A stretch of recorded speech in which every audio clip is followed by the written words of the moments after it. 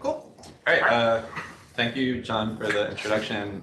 As mentioned, I'm David Holtz. I'm a professor at Berkeley Haas. I am going to be talking today about this paper called The Uneven Impact of Generative AI on Entrepreneurial Performance.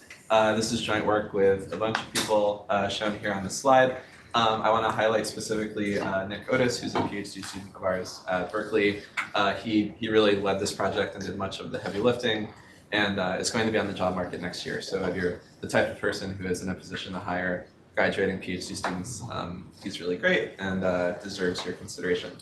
So the title of this project is not necessarily super informative in terms of understanding what we did. So let me quickly show you sort of an alternative title that I think gives a clear sense of what we're trying to estimate in this project, which is what is the causal effect of giving small, medium business owners in Kenya, so SMB entrepreneurs, access to generative AI. And in this case, they're going to be given access to a generative AI-based business mentor that they can ask different business questions that they think of in the course of running their businesses.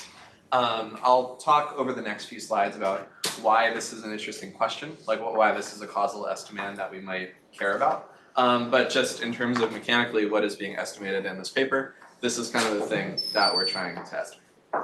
Okay, so why is this interesting? Why might we care about the causal effect of giving SMB entrepreneurs in Kenya access to generative AI? There's a couple of reasons. First, you can look at all the research that's been done on entrepreneurship. And it would come as no surprise, I think, to most people here that entrepreneurship is pretty hard, right? So it's impossible to know ex ante if any particular business idea is going to be successful. If it were possible to know this, I think the world of venture capital at least would look very different than it does today. And a lot of this comes from the fact that entrepreneurship is multidimensional in nature, right? So entrepreneurs have to do many different things. Being a successful entrepreneur requires a number of different components, things like financial capital, social network, brokerage opportunities, and things like that. And because of all these different multiplex things that entrepreneurs are trying to do, they are susceptible to inattention, right? So they're not necessarily focusing their attention on the right things at the right times. As a result of all these different factors, most firms, whether they're the small, medium businesses that we're looking at in this talk, or VC-backed ventures, eventually stagnate and fail. Despite the fact that entrepreneurship is difficult, there is actually also a lot of research that shows that advice can help, right? So entrepreneurs often don't get enough advice from whatever sources, but when they do get that advice, it is impactful. So there's evidence for this in the research on markets for judgment. There's also a bunch of research on peer learning and networking, right? So getting advice from different people in your community or mentors of different types.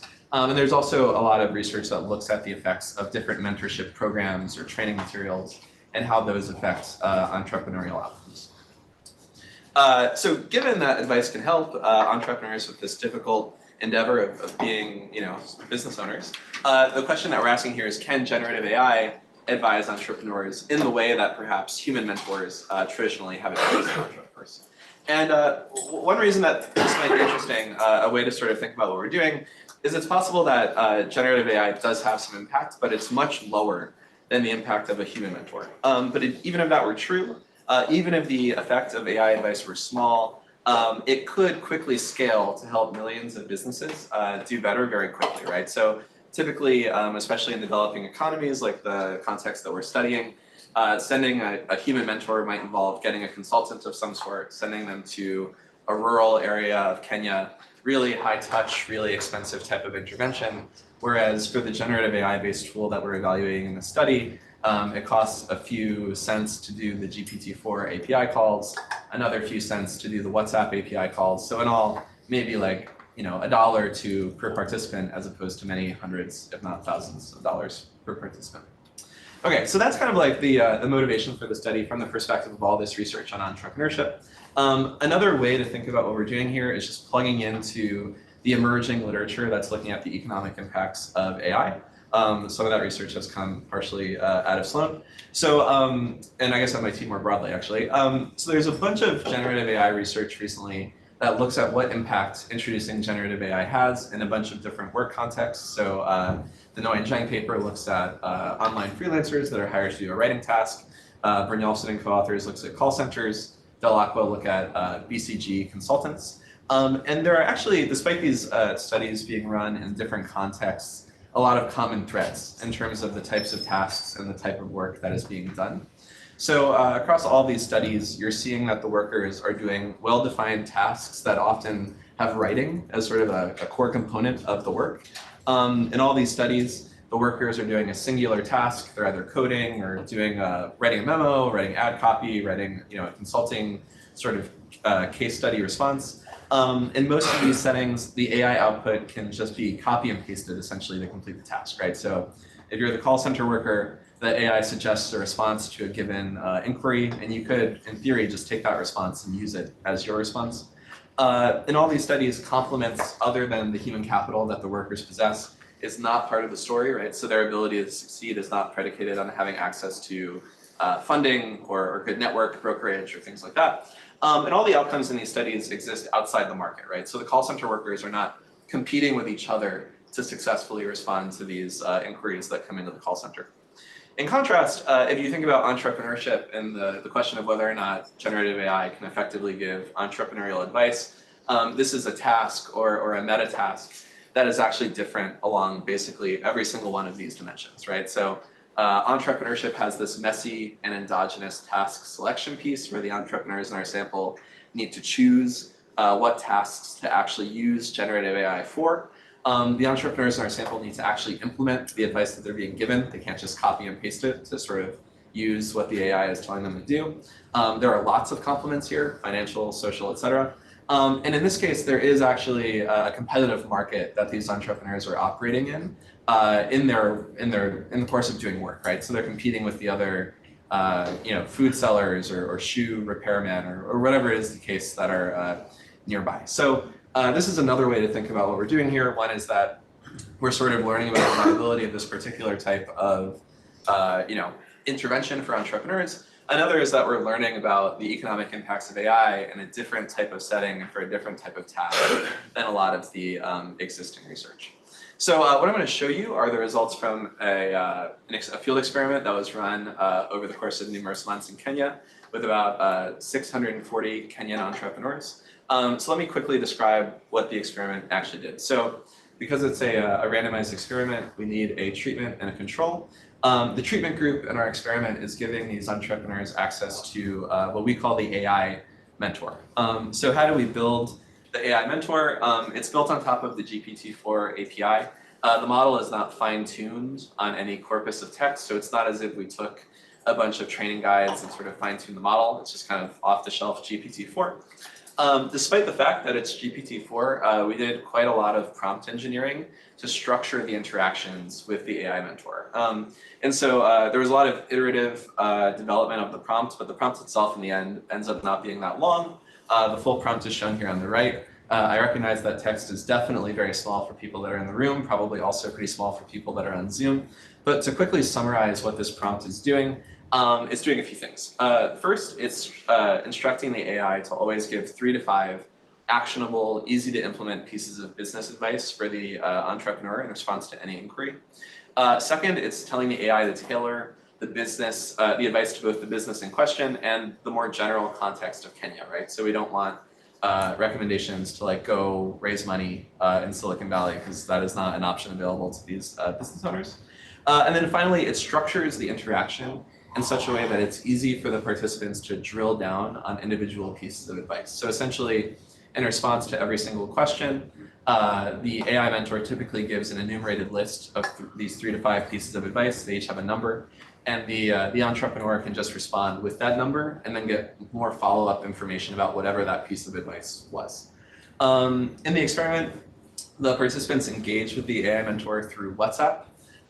We chose this as sort of a delivery method for the AI mentor because WhatsApp penetration in Kenya is super high. So among people that have access to the internet in Kenya, which is the majority of people, 97% of them are on WhatsApp. So this is a really familiar way for people to interact with each other and sort of get access to information. So this is what the AI mentor does in the abstract. Let me show you a few examples of what it does in more concrete terms. So these are a few questions that are actual questions that are taken from our experiments. These are actual questions asked by the entrepreneurs in our sample. The first was, can you calculate for me an estimated budget for 4 Friesian dairy cows and half piece of land and the possible risks that I might encounter? This is not something that I previously had any expertise on. I didn't even know what a Friesian dairy cow is. It turns out it's the black and white cow pattern that we all know and love. But the AI mentor pretty quickly was able to give a pretty comprehensive answer to this question. So it sort of helps the entrepreneur calculate a budget based on the cost of the cows, the feeding costs of the cows, cost of veterinary care, things like that. And then sort of lists out a number of different risks. So things like disease outbreaks, feed price fluctuations, market price variability. No one on our research team is an expert in Friesian dairy cows and pricing them out. But we showed this to some folks in Kenya who are more familiar with this particular problem, and they told us that this answer is pretty reasonable. Yeah, Ben. So that's just from GPT-4, like latent training. It has that information. Yep. From Kenya. Yeah. Cool. All right. So another example. I have a fast food joint that I run adjacent to a Matatu terminus. A Matatu terminus is like a public transit hub of sorts in Kenya. There are several such food joints at this particular place, and competition is really stiff. How can I overcome this competitive business environment and be ahead of the rest of the pack? This is a reasonable question, the type of thing that we maybe would teach in business school. The AI mentor has pretty reasonable advice here as well. So differentiate your menu, improve customer service, implement a loyalty program perhaps, be more involved in the community, make sure that the business is clean and hygienic. And so just to show you what this particular interaction would look like in WhatsApp, in case you're having a hard time visualizing this, this is what that would look like. And here too, we can see what that drill down conversational structure would look like. So in this case, the third suggestion was to implement a loyalty program. The entrepreneur in question could respond with the number 3, and then they get a number of different follow-up pieces of advice about loyalty programs. So maybe you should implement a points-based system or special offers for regular customers, perhaps deals on people's birthdays or anniversaries, so sort of more granular, specific information about the more general piece of advice. One last example. So this person said, hello, I'm a small business owner. I wash cars and motorbikes. I do it alone, but I find it kind of tiresome. I want to employ 2 people, but I fear that maybe I might start experiencing losses. So how can I monitor my staff and make sure that I get maximum profit from my business? And again, in this case, the AI mentor has pretty reasonable, I think, advice. So have a good job description, implement a good performance measurement system, make sure that you train the workers and have good incentives in place, and regularly communicate and give feedback to your workers. So, I think all 3 of these examples kind of highlight the range of different types of things that are being asked among the entrepreneurs in our sample, and also just from a face validity perspective, that the advice seems pretty reasonable. Cool. So that's the treatment. We also need something in the control group, right? So I think the naive thought is to just have a pure control here where we don't give the entrepreneurs in our control group anything. There's a couple of reasons why we chose not to do that. The first is that over the course of the experiment, the entrepreneurs in our sample were periodically reminded to interact with the AI mentor. We wanted to have something that we could also remind the control entrepreneurs to interact with to make sure that insofar as we see a treatment effect, the treatment effect that we're seeing is not the effect of just being reminded to sort of like introspect and think about your business and how it's going. Another reason to not have a pure control is that the way that we get our outcome measures in this experiment, which is common practice in these development econ style studies, is to periodically survey the folks in the experiment and ask them about their profits and revenues through surveys. And when you enlist people in an experiment and give them ostensibly some kind of treatment and then ask them how things are going, they might experience some latent demand to report that things are going better than they were. I think this is commonly referred to as demand effects. And so we also don't want any treatment effects that we maybe observe to be attributable to demand effects. So we want to give something to the control entrepreneurs that would be likely to elicit similar demand effects so that the demand effects across the 2 treatment arms basically cancel out. To address both of these concerns, we give entrepreneurs in the control what amounts to a placebo, which is a PDF outlining helpful business practices that was developed by the International Labor Organization. One concern that you might have is that this placebo might do sort of strange things to our causal estimate, right? So once you do this, is the effect that we're measuring the difference between the AI mentor and this business guide, which might itself be having some kind of effect? If so, how do we interpret the treatment effect estimates that we get? Rest assured that previous work has found that these standalone guides have no impact whatsoever on business outcomes. So we feel fairly confident that this is a true placebo that we can use for these purposes. I think another way to think about these guides that's not mentioned on the slide is it kind of gives you like a more reasonable baseline. Like if we really care about understanding the effect of generative AI and not just the effect of some sort of informational intervention that's not generative and is more static, this is kind of a good baseline to let us answer that question. All right, so that's the design of the treatment. This is the design of the control. And then there's the question of how we actually recruited people into the study. So we recruited folks through the Facebook ad platform. I think this slide, the way it's written, is a little bit misleading maybe, where we showed ads on Facebook, but also on Instagram. These ads were shown throughout Kenya. The only restriction that was placed on the sample was that people had to be at least 18 years of age. You can see an example of what the ad looked like, at least on Facebook, here on the left-hand side of the slide. It's not the most beautiful Facebook ad that you've ever seen, but it was fairly effective in getting people to click on it. After someone did click on this ad, they were redirected to the first of 3 pre-treatment Qualtrics surveys. We use these pre-treatment surveys to give us baseline data on how people's businesses are going, which we're going to use in the analysis of the data. But it also allows us to sort of pre-filter down our sample in numerous ways that end up being helpful for the study. So first, we filter out people that don't own or operate an enterprise. I think the reason for doing that is fairly straightforward. Like, insofar as we want to look at people who own these SMBs, we need to make sure that they actually run an SMB. The second thing we do is we filter out people that are likely to attrit.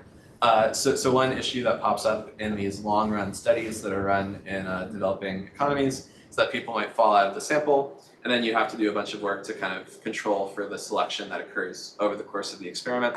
By running these surveys over the course of 3 months and sort of seeing who attrits during that 3-month period and just not including them in the experiment, we sort of pre-weed out a lot of likely people that would attrit. The last thing we do is we filter out people that show signs of inattentiveness. So each of these pre-treatment surveys has a couple of attention checks, and people that did not do well on these pre-treatment attention checks are also removed from the sample. Both for these pre-treatment surveys and then also for all of our post-treatment surveys, people in both the treatment group and the control group were paid 30 Kenyan shillings upon the completion of every survey. Okay, so this is the timeline of how all this kind of fits together. So we started recruiting people into the experiment in mid-May of last year and gave this first pre-treatment survey wave in early June, on June 3rd. These 3 pre-treatment surveys took place over the course of the summer between June 3rd and August 4th. And then on August 21st, we basically pre-registered our experiment and our analysis plan, and then also randomized people into treatment and control, and either gave them access to the AI mentor or gave them access to these control PDF guides. We ended up with 311 people in the control, 306 in the treatment. We actually did stratified randomization, so this is not just simple randomization. This and many other things I'll tell you about in the next couple of slides are in the name of increasing power, since our sample size is ultimately not so big. The stratification here is done both by gender and by the pre-treatment business performance of the businesses. If this was stratified randomization, why are there not exactly equal numbers of people in treatment and control?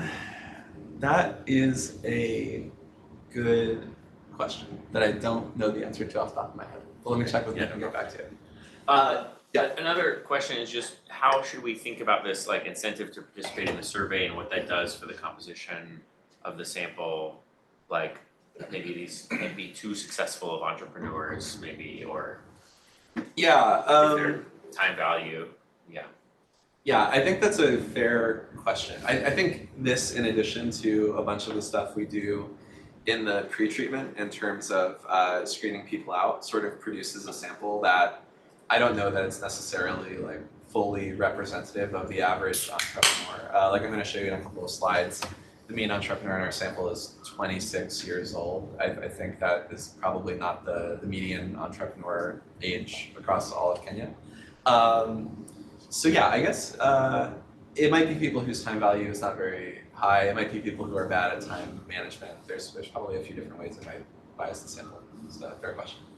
Yeah, Hong-Yi. Could you elaborate a bit on this attrition prediction process? Because like you mentioned that you were able to predict people who are likely to trip, but how is that? Yeah, it's not a prediction. So basically, like imagine, over the course of these 3 pre-treatment surveys, you fill out survey 1, but you don't fill out survey 2. Oh. Then you just are not getting any more surveys. So it's basically just saying this is someone that normally over the course of a 3-month experiment would attrit, and we just let them attrit before we're actually measuring outcomes, and then we don't need to worry about, our outcome data being, having this selection. But yeah, Alex. Maybe related to Dean's question, can you give us a sense of how much 30 shillings, like how, is this a lot of money?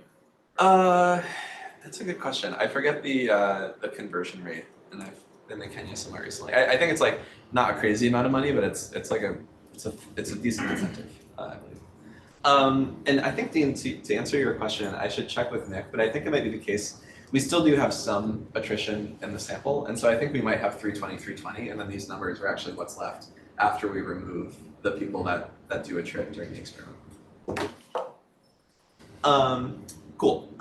So in terms of outcomes, so both at the time of the randomization and then also in all of these post-treatment survey waves, we asked people a bunch of stuff. And I'm only going to tell you about some of the stuff, but there's like many other outcomes that we collected.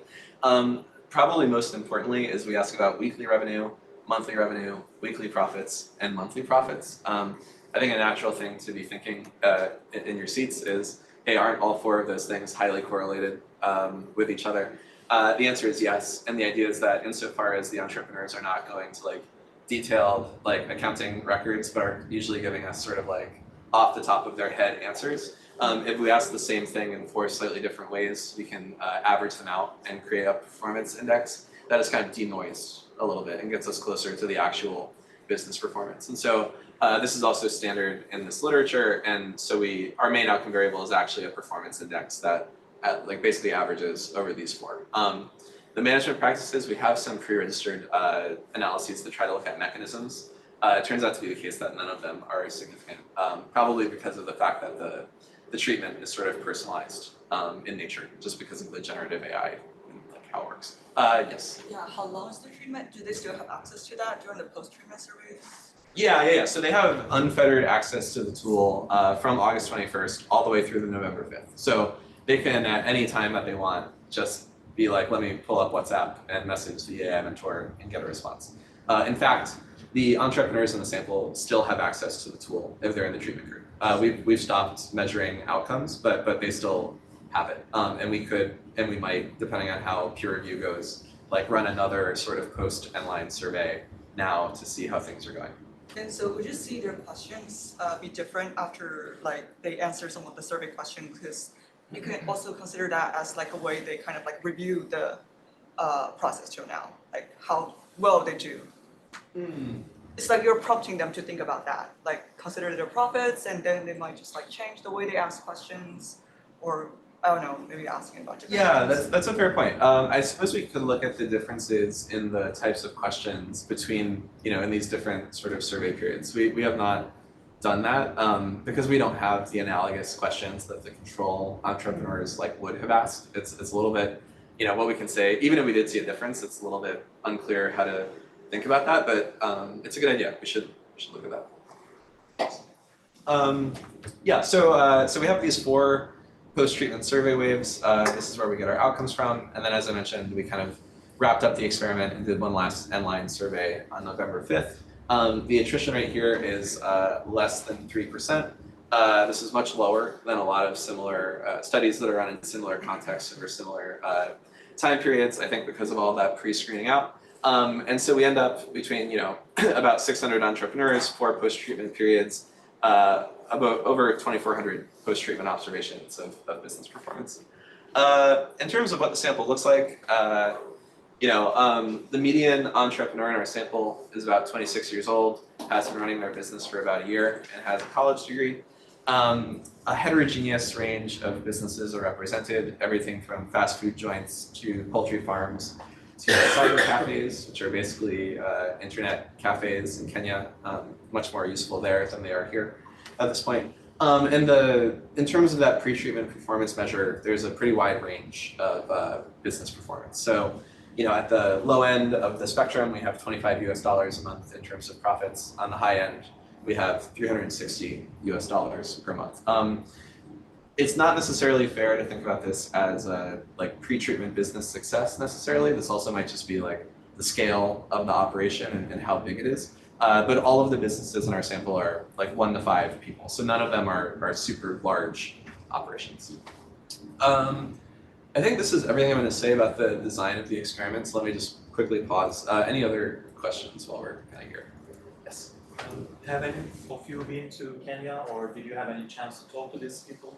Yeah, so Nick has done a lot of research in Kenya, both before this and is still doing research in Kenya after this. I should have mentioned this, but we actually partnered with an organization located in Kenya called Busara to run the experiment.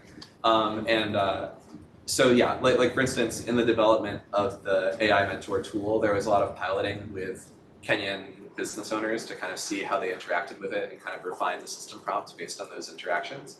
For his job market paper, Nick is actually running a follow-up of this experiment that is similar design but adds a few different bells and whistles, and similarly went back into the field and kind of like interviewed a bunch of people to think about how to update the tool and change it. So everything I'm showing you is pretty highly informed by like being in Kenya and actually interacting with people there. Cool. Okay, great. So this is the slide where I'll just quickly talk about how we actually analyze the data. It's basically an ANCOVA model where we're controlling for the pre-treatment performance of the entrepreneurs. As I mentioned, the main outcome variable is this aggregated performance index that we measure across all these different outcomes. We do a flexible double machine learning procedure to select out a set of controls in the regression from a very large candidate set that includes things like the gender of the entrepreneur, the industry that they're working in, a bunch of other information that we collect from them in the baseline surveys. I'm not going to report in the slides sort of which controls were selected in each different regression, but it's included in the paper. So if you're curious about that, I refer you to the appendix of the paper. But this is basically how we're analyzing the data. You can sort of think about it as just de-trending the data and giving us additional power by controlling for what was happening prior to the treatment for each of our entrepreneurs. Does it help a lot relative to just doing it cross-sectionally? Yeah, it helps a ton, actually. Yeah, we don't really have enough power to see anything if we don't do a bunch of stuff. And all of this was pre-registered, so it's not like we were doing this because we didn't see anything and then started digging. But we kind of knew upfront that we were not going to have very much power. Okay, so in terms of results, so the first thing we look at is just what is the overall effect of giving these entrepreneurs access to this tool. And we find overall a null result. So we are unable to reject the null of no impact from the generative AI mentor. This is in pretty stark contrast to other papers like Nguyen Zhang, Brynjolfsson et al., Delecourt et al. That all find large positive effects from giving workers access to generative AI.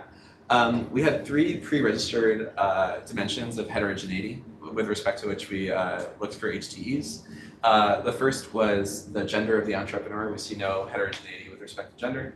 The second was heterogeneity with respect to their prior experience with tools like ChatGPT, which we asked about in the baseline survey. No heterogeneity with respect to prior GPT usage. The last dimension of heterogeneity that we asked about, or that we looked for, was basically with respect to their baseline business performance. So we did a below and above median split. What we see when we do this, when we test for this particular flavor of treatment effect heterogeneity, is that for people that were below the median, access to the AI mentor actually hurt their business performance. Whereas for people that were above the median, we have weaker evidence that access to the AI mentor improved their business performance. So the negative HTE for the low performers is stat sig at the 95% level. The effect for the high performers, the positive effect, is stat sig at the 90% level, but not 95. I think the p-value there is 0.07. to contextualize all these different results, our minimum detectable effect size for the overall effect is about 0.15 standard deviations on that performance index. If we take these HTEs in the negative, or in the low performer and high performer groups and sort of measure them to the baseline of how those businesses were doing in the pre-treatment performance, for the low performers, what we see is equivalent to an 8% drop in their business performance. For the high performers, the point estimate we see is equivalent to a 15% increase in their business performance. Even though that above median group effect is not stat sig at the 95% level, the difference between those two different HTE estimates is itself significant at the 95% level, so we do see significant heterogeneity. And one last thing I'll say is that we do one of these equivalence tests that are used in certain circles of psychological science to sort of think about how to, sort of reason about this null. And this null does rule out the positive effects that are seen in Noi and Cheng. So we can sort of rule out any sort of effect that's within the confidence interval of what they report in their paper. Yeah, Rowan. Is that just like straight up, like straight raw revenue, or like industry-based performance? Like how's making more money? Yeah, so like I said, this is on a performance index that basically averages weekly, monthly revenues and profits. But it's all kind of getting at like, some measure of business performance that is basically, I abstractly think about it as sort of like a combination of revenue and profits. If that makes Okay, sense. so it's like different for each industry. But so it could be like industry effects. Yeah, so one of the things that we flexibly try to control for is industry and the double ML thing. So if you're okay with like a linear model, that should be controlled for. But yeah, there's nothing in the index that's like doing it at the industry level or anything like that. Okay, so one thing to note is that as I mentioned, this above median group heterogeneous treatment effect is only stat sig at the 90% level. And if you look, the point estimate is quite large, and then the error bars around it are very wide, which is why it's not significant at the 95% level. So we did some work to try to dig into the data and just understand why this is the case. So I'm going to show you, these are the ECDFs of the change in business performance for the businesses in the two groups. So this first is the ECDF for the low performers. The red is the treatment group who got access to AI. The black is the control group who had access to the guide. Circles here represent the means, diamonds represent the medians. You can see here that there's a kind of a fairly large gap between the means, not as large of a group gap between the medians. But I would note that the red line is pretty much uniformly shifted to the left of the black line, right? This is what the ECDF looks like for the high performers. Here the medians are actually further apart than the means, but a similar type of story where the red line is, generally speaking, not always, but generally speaking, shifted pretty far to the right. Our sense is that those really wide error bars are coming from the fact that there are really heavy tails, particularly in the high performer distribution. So we've Winsorized this ECDF, but you can see on both the right side and the left side, there are large masses that we're kind of Winsorizing away, which contributes to the uncertainty in that treatment effect estimate. Another view on this that might be helpful is we calculated quantile treatment effects at every decile for both of these two groups, just to kind of understand what's going on. In a sense, these point estimates on the QTEs are just the gaps between these two different ECDFs at every point. But you can see that for the initial low performers, all of that sort of average treatment effect is coming from the upper half of the distribution. We actually don't see a significant median treatment effect. Whereas in the high performing group, the treatment effect estimates are pretty much uniformly positive, and there is actually a significant median treatment effect. But particularly in the higher quantiles, the uncertainty that's quite large. And when you sort of wrap that all up into one above median performer treatment effect, that's where you get like a 90, but not 95% statistic result. Okay, so yes. Would the 90th percentile of the low performers like basically be like the 10th percentile of the high performers? Like, is that dichotomizing? No, Okay. because these quantiles are measured in terms of the change in business performance, but Oh, not okay. necessarily where they were in like the, Got it. yeah, Yep, yeah. okay, makes sense. That question comes up every time we show this chart, which is maybe an indication that there's something about the chart that's a little bit confusing and should be fixed. Yeah, okay. So these results are seemingly at odds with the existing research on this topic, not only in the fact that we reject these large positive effects, but also in that the treatment effect heterogeneity that we report is kind of the opposite of the story that appears across all these other studies, right? So in Delecourt, Brynjolfsson, and Zhang, they all tend to find that the lower performing workers are the ones that are pulled up and become more similar to the high performing workers, whereas we see that the low performing workers actually do worse and the high performing workers do better. And so a natural question to ask is, why is this the case? And so I'm gonna spend the rest of the time I have with you, the next 15 minutes, I guess, explaining a bunch of different things that we've done to try to understand why we see these sort of seemingly contradictory HDEs. So one thing you might ask, kind of like the most obvious thing to ask, is does the usage of the tool vary between the low performers and the high performers? We test for a difference, and while there is like a, the high performers send on average 0.6 more business messages over the course of the experiment. That difference is not statistically significant. These are the two kernel density estimates, and then the vertical lines represent the means in both groups. So we don't have a ton of power here, but at least with the power that we have, we don't see any evidence that the HDEs that we report are driven by huge differences in the amount of usage of the tool between the two groups.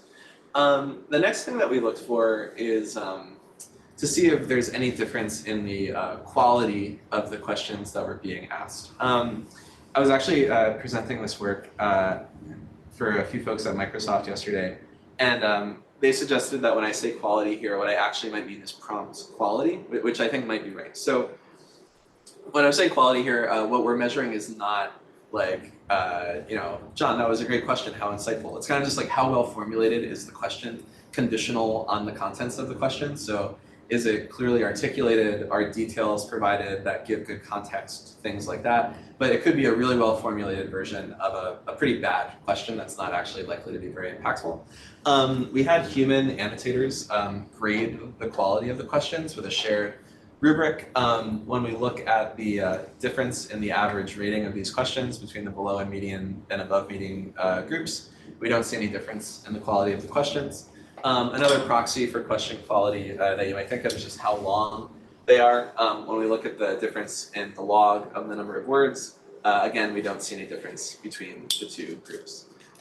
One thing that you might think is, GPT itself might be a useful tool for, measuring the quality of the questions. I agree with you, so that's something that we're working on to kind of robustify this analysis and take it beyond just having like human raters rate the questions. Okay, so no difference observed in the amount of interaction, no difference observed in the quality of the prompts or sort of like the well-formulatedness of the questions.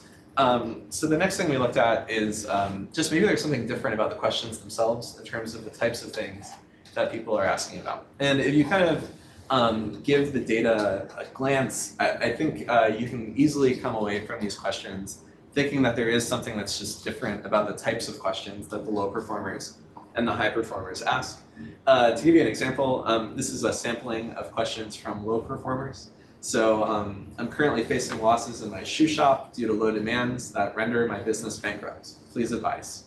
Or, hi, I have a business competitor, one in specific. He has noticed that my business is doing well and has decided to the price of the product so I cannot get customers. So these are really tough questions to answer, kind of indicative of a business that's not in a great spot. And also questions that perhaps even a human mentor might not be able to give very good advice on because they just relate to like constraints that are sometimes outside of the business owner's control. Another question that was in the low performing group that is not on this slide, but I think is illustrative of this, is we have a farmer in the sample that says, I'm a farmer and there's a drought happening, what should I do? Which, the AI mentor cannot really help with that, unfortunately. Qualitatively, the questions from the high performers look quite different, right? So these are example questions from high performers, things like, I have 20,000 Kenyan shillings to expand my business. It would specialize in selling food stuff. I want to do this expansion in a new location. What should I consider first to maximize profits? Or I run a salon and barbershop in one room. Recently, customers have started to gain interest in massage after shave.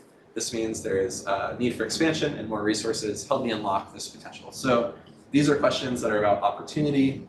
They're questions that are about, I have some extra capital lying around and I want to expand my business or my offerings. How should I do it? So really different vibes from the vibes that we're getting from the low performing group. In the interest of time, I won't go too into what we've done, but our very first pass at trying to quantitatively measure this difference is to basically use text embeddings of the questions. And the idea is that we wrote one question ourselves that is sort of emblematic of the worst possible version of these low performer questions. So it's like, my business is going horribly, everything is wrong, like I'm going bankrupt, I don't have access to resources, like et cetera, et cetera, et cetera. And then we also asked one question that was very emblematic of these high performing questions. So things are going so great, I have so much extra capital, I want to expand, I want to get more financing, everything is great. We calculated the embeddings for those two representative questions, took the embeddings for all the questions in our sample, and sort of projected all of the data from our sample onto the line that runs between these two kind of representative, like polar questions. And we used where the questions fell on that line as a continuous measure of what we're currently calling like the challenge focusedness of the questions. This is, I would say, very preliminary. I think we're aware that there are probably better and more sophisticated ways to analyze the text data, but this was just like a very rough first pass that we're doing with the text. And what we see when we do that with the text is that if we sort of correlate the baseline performance of the entrepreneur with the challenge focusedness of the questions. The low performers in our sample asked questions that were much more challenge focused than the high performers in our sample who did not ask questions that were as challenge focused. So there is some evidence that there's a difference in the types of questions that the entrepreneurs are asking. Low performers are asking more of these questions that are very focused on challenges. High performers more focused on opportunities, let's say. Yes, Does the AI respond to trying to suss out some more details on the problem? No, and I think that's one limitation that you can imagine sort of prompt engineering is, I think a similar, although maybe slightly different thing is, I don't know, you can imagine in addition to asking more questions, it might just sort of identify that there's some latent problem that is not any of the questions that are being asked. Like, hey, you're asking 5 questions that are all over the place. I think actually maybe your business model just needs to be, reformulated or something. It can't do this kind of like higher order reasoning. It'll just answer whatever is given or answer whatever question is asked. Yeah. So one other thing I want to note here is that we actually don't know to what extent this like task selection story, insofar as this is happening, is due to like choice or just constraint, right? So there's one version of the world where these are just the problems that the low performing business owners have, and so that's what they ask about, and there's no other way that it could have gone. And for things like I'm a farmer that's experiencing drought, that's probably true.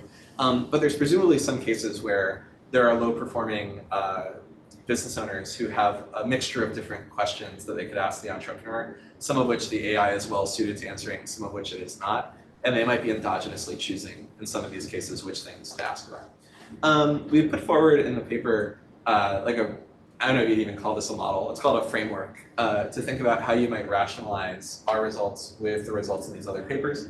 And the idea is that if you do have this endogenous task selection process that's happening, it might be the case that for every individual task, high performers do better with AI than low performers, right? So maybe you have this like task type 1 that's less challenging for AI.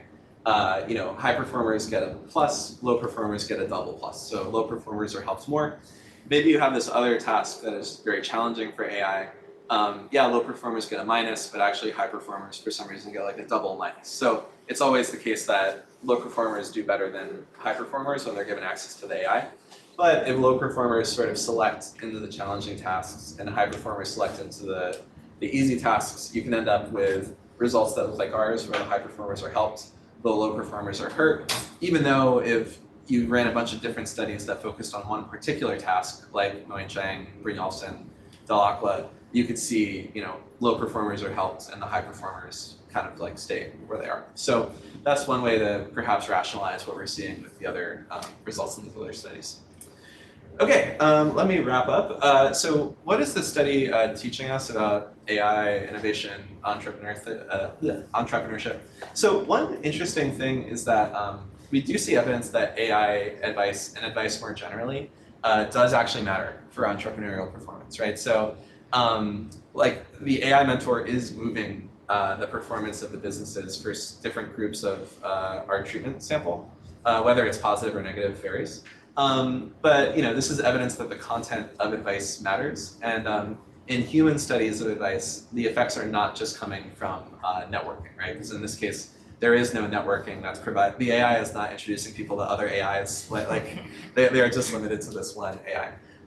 We also, do see advice that AI leads the entrepreneurs in our sample down the wrong path sometimes. But there's also evidence for this in studies of human mentorship. So this is not specific to the AI mentor. And one positive reading of our results is that the fact that we see positive effects for even a subset of the people in our sample suggests that there is a lot of potential to improve small, medium enterprise productivity at scale with tools like this, either by sort of trying to pre-screen who you give access to a tool like this based on the estimated potential treatment effect, or by redesigning the tool in such a way that you mitigate some of the downside risk that we see in the low performer group. I think there's also maybe some things to learn here about like the in vivo impacts of generative AI maybe being different than the in situ ones. So, in our case, task selection seems to be a big part of the story in terms of understanding the heterogeneous treatment effects. And there's obviously all the research on IT in organizations that shows that complements and implementation and competitive forces do impact the returns to different new technologies. There's no reason to not think that this would also be true for generative AI. And then there's also some, if you zoom out a little bit, broader implications of our results in terms of thinking about how firms scale with talent and whether or not there are weaker constraints on advice and learning for businesses. So things to ponder. All right, so that's what I had. Thank you for your time and attention. All of our email address is listed here. I guess we have 5 minutes for questions, but also really happy to answer any questions that people have after the talk as well. Yeah, let me. Were you able to sort of analyze the double-clicking effect of the entrepreneurs when they got feedback? You said you could pick one of the 4 or 5 pieces of advice and then sort of dive deeper. Were you able to do that again after that interaction, or is it like the very short time? Yeah, that's something that we're working on. So we can kind of see, in this kind of like structured conversation tree, like which paths are people going down. And I think it's a little unclear how to interpret those signals. So actually, when I was presenting this work yesterday, someone was like, loyalty programs, like that seems like a kind of weird suggestion in the context of Kenya. Like maybe they don't really do loyalty programs there. And in the example I showed, we do actually see that the entrepreneur double-clicked into loyalty programs. So one reading of that is, oh, that's actually something that they were interested in, maybe something that they pursued and implemented. But another reading is that they were like, loyalty program, like what is that? I have no idea what you're talking about. Let me get more information. We do also have, in the N-line survey, we asked some questions about like, what's the biggest change that you made to your business over the past couple of months and stuff like that. So we definitely have much more data that we can dig into to try to understand what's happening, and we're in the process of doing all of that. But I think one big piece of it, which I think the double click maybe gets at a little bit, is like, what are people actually implementing after getting the advice? Yeah. I think one thing that surprises me is that like the treatment effect being negative is someone suggesting that like having some advice is worse than having no advice. Like, do you know about like the low performers in the control group and like if they're facing similar problems and like I think that's I wish I had updated my slides to include this, but I don't have this in the slides, but it's in the working paper online. But we have a chart that does show just like the time series trends for the 4 groups without doing all of the ANCOVA stuff. And it's worth noting that for the low performers, they are all trending upwards over time. So there's a negative effect, but the sort of like agnostic like time series is that the low performers are improving over time. So I don't know if you could even say, on average, they're their business is improving. So, but yeah, I think that a related question to what you're asking about, which we're thinking about, is okay. Suppose that I give you a bunch of useless advice. It's pretty easy to think about why there would be no treatment effect, but the fact that there's a negative treatment effect is a little bit surprising at I have a first. story.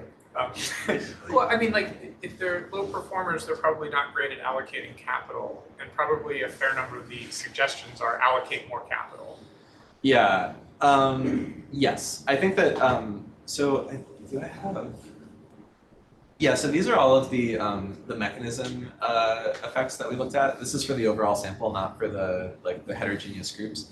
And like most of it is null. And in a sense, it's not surprising that most of this is null. Because if you think about it, the generative AI is giving everyone really customized advice. And so why would you expect to see consistently across the sample a change in technology use or something like that? One of the few effects that does pop out here as significant is the time management effect. Granted, if you do some kind of like Benjamini-Hochberg correction, like this dies, it goes away. But I think one sort of way to think about this is that, you're giving people all this advice, maybe the below performers are also worse at time management. They're getting all these new ideas and that creates issues. I think the other thing to think about is most of the advice that's being suggested, and I think this is similar to what you were saying, John, like there's a cost to implementing the advice, either explicitly in terms of requiring capital, or there's like a time, like opportunity cost of doing that and not doing some other thing. And so if the advice is useless and then they pay the cost to implement the advice, you wind up with negative effects. It makes me wonder, I can't remember who this was by, but there was a paper about like giving advice to manufacturing firms, I think it was in Pakistan. And the advice, like it had large effects, but the advice was all of the form like, don't leave inventory in the rain and like keep books. It wasn't like investment, it was more like your operations are bad in this identifiable way. Mm-hmm. And so I wonder if kind of like V2 of this for the low performers could kind of interrogate them a little bit about their business practices and probably less about like market expansion and more just like what are you doing that's driving your costs up or turning away customers? Yeah, I think that's a good point. I don't want to steal Nick's thunder, but I know, so in his job market paper, the follow-up is basically looking at cross-randomizing access to the AI mentor with access to a human mentor. And he's done some like additional prompt engineering on the actual mentor to change the types of advice that it gives in certain ways. I forget exactly what he's changed, but I think one of the findings is that when you pair the AI mentor with the human mentor, you see a lot of the positive gains without some of the negative downsides. And I'm guessing at least part of this is like sort of doing some of that filtering and interrogation and maybe removing some of the stuff that's so capital intensive and steering people towards more of the operational stuff. I think he has not yet started digging into the actual details of the conversations, but I would guess that might be part of that's cool. It might be interesting to make like an AI representing the business owner and kind of bake in a bad practice and see if the other AI can interrogate it and discover the mistake that they're making and kind of like do that beforehand and then you deploy it. Yeah. That's an interesting idea. Like kind of almost like an adversarial. Yeah, that's neat. Yeah. I was wondering the low performing group, do they see in the types of questions they ask, do they shift like to apply at all? Because what I was wondering is that if people know that if people ask challenging questions and like LLM generates something that is like obviously not a good answer, people might learn and self-select to choose a question that is something different. But if AI is somehow like generating an answer that is going to be wrong but plausible, like people may have a harder time to do that. So I think that could be one way to check if there's any endogenous like self-selection. Yeah, that's a good question. We haven't looked at that. We can try. I will say the average number of business questions that people ask in the sample is, I think, between 4 and 5. So people don't interact a ton. There's all these follow-up questions and stuff, but we kind of don't count those, like the drill downs. We kind of try to just get a measure of like how many actual questions there are. The question number, I think, sometimes sounds a little bit low at first, but if you think about the fact that it's recommending these very like capital intensive, like big things, you wouldn't expect there to be like a flurry of questions. And so I bring this up just to say, like actually measuring that sort of like change in question type over time in response to previous answer quality might be hard. I do think looking at answer quality is something that we want to do. Like you can imagine with an LLM, for instance, having it look at the answers and ask how feasible is this in, for a Kenyan business that is potentially capital constrained. And maybe we see that for entrepreneurs that got less implementable answers, the outcomes are worse or something like that. One last thing I'll say is that I don't know if we have formal data on this or if it's more anecdotal, but people across the sample seem to really like the tool. Like we haven't seen any evidence of sort of algorithmic aversion or people thinking it's not helpful. Like people in our sample have messaged us to be like, I love the AI mentor so much, like this has changed my life, it's amazing. And sometimes those people are coming from the below median group. So it seems like maybe even in cases where it's not actually helping them, people like it. So at least just anecdotally, we haven't seen much evidence for that, but that's not to say it's not happening in the data. I mean, you can imagine like talking about your failing business is like deeply embarrassing. And like this is something you wouldn't want to talk to a human about, and it's kind of shameful. And like being able to talk to a confidant who you don't have this like emotional connection to might be pretty attractive. But talking to a human would actually maybe they'd help you out. And yes. So we looked at we looked at info access stigma, and we don't see a change there. But one interesting thing, and like Dean, you might find this interesting actually, is like